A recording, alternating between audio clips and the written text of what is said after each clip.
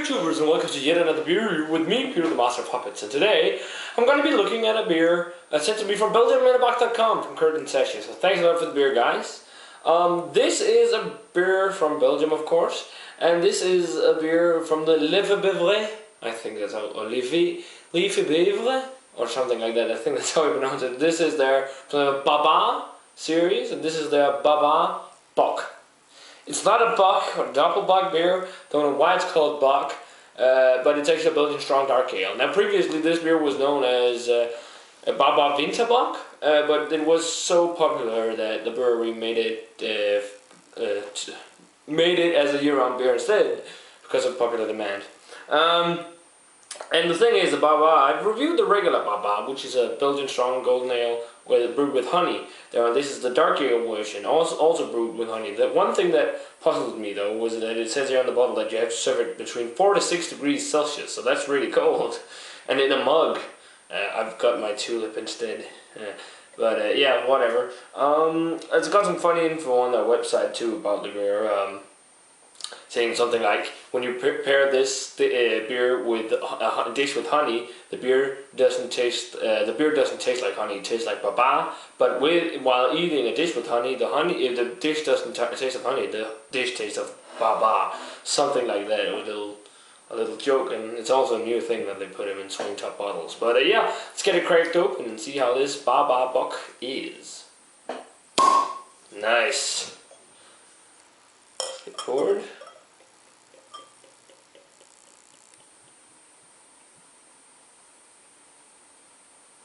Wow, that is a big frothy head.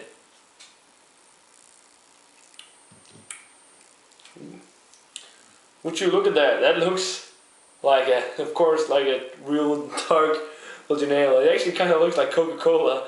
Wow, that head is just massive. It's a dark ruby red color. Lots of carbonation is what it looks like, but it's kind of difficult to see through it. It's got a 3-finger beige looking head, tiny bubbles. Looks like a nice Belgian strong dark ale. So let's check out the aroma. Oh yeah, the honey is there. You definitely pick up the honey as the first thing. Got some sweet like rye, sweet like it's got not like rye, like Ulebrød, which is a Danish dish. It's got like the same. It's a dish we make with rye and sugar and beer. It's got kind of the same aroma. It's a type of porridge. Some sugary notes, brown sugar. Little bit of a dark fruitiness, estery aroma. Yeah, it's got a lot of like that rye. That's kind of interesting. Like Ulebrød aroma. What should I call it? Rye porridge? I don't know. Little bit of a spicy note to it too. Yeah, and that nice honey aroma. That smells pretty tasty. Let's give it a taste, guys. Cheers.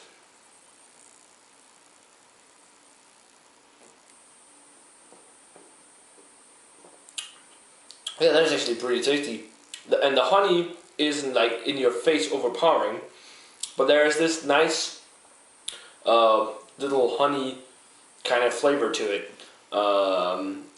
And it's not overdone at all. It's got the mouthfeel on it. It's a medium. It's not the biggest kind of mouthfeel, and it's dry too.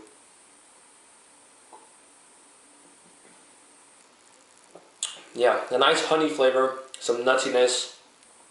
The brown sugar is definitely there, like a brown sugary feel. Some of the dark fruits. It's not nearly as complex as some Belgian strong dark ales, but it's pretty tasty. I mean, I remember the regular one as being pretty tasty as well, so that's pretty nice. I like how it looks like Coca-Cola. But yeah, a little bit of a sweet sugary kind of sensation, some sweet maltiness, a light doughy breadiness. It actually does taste a little bit of a Bock, like a Bock. Just more of a, not as cloying, syrupy sweet beer, but more of the sweeter, lighter kind of qualities you get from some Belgian strong dark ales. It kind of feels like a little bit like that, which is quite interesting. It is certainly a pretty good beer, but still not the best Belgian strong dark ale you can get, but it's quite interesting. It's on par with a regular Barbar. I mean, if you have the ability to, if you're able to, I'd say pick up both, because they're both really solid Belgian strong dark ales. Not really anything wrong with it. It is on the milder side. A little bit of spice in there too, but it is on the milder side. But I guess that's because they say they want you to drink it cold.